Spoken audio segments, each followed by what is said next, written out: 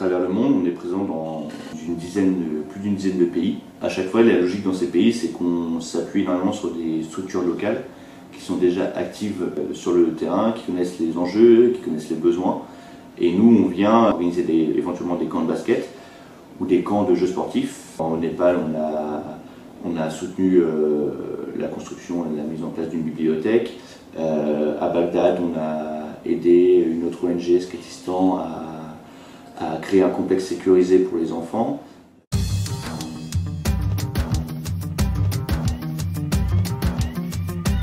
On a structuré notre approche autour de 3 axes. Le premier axe, c'est animer la vie locale et favoriser le vivre ensemble. Le deuxième axe, c'est beaucoup favoriser l'accès à la pratique pour tous, par exemple par le programme Ramène ta copine, un programme qui a pour but de développer la pratique sportive chez les jeunes filles, notamment dans les quartiers politiques de la ville.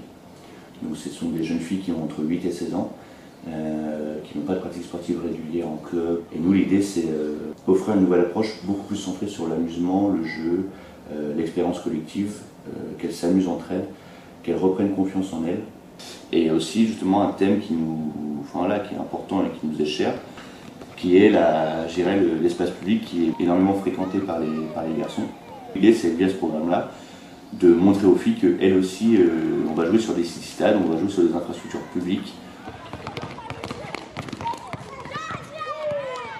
Pourquoi on utilise le basket et le sport? C'est parce que c'est un formidable vecteur d'amusement, et après, une fois qu'on a l'amusement, on peut faire plein d'autres choses.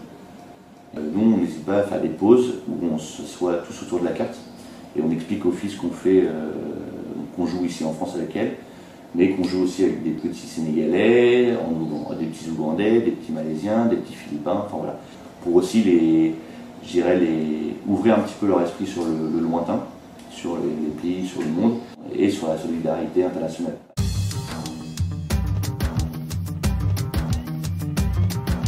Je suis un Normand qui a vécu 20 ans dans la campagne normande. Je dirais les publics, le type de la ville, en HLM, etc., c'est des publics que moi j'avais jamais vraiment rencontrés. Donc déjà ça, c'est super enrichissant de connaître, je dirais pas la réalité, puisque pour moi la campagne c'est aussi une réalité, il y a d'autres enjeux, etc. Mais c'est voilà, connaître une autre réalité, connaître d'autres enjeux, notamment par rapport justement aux relations garçon-fille. C'est super enrichissant pour moi d'utiliser ma passion à des fins plus responsables, plus sociales, plus citoyennes.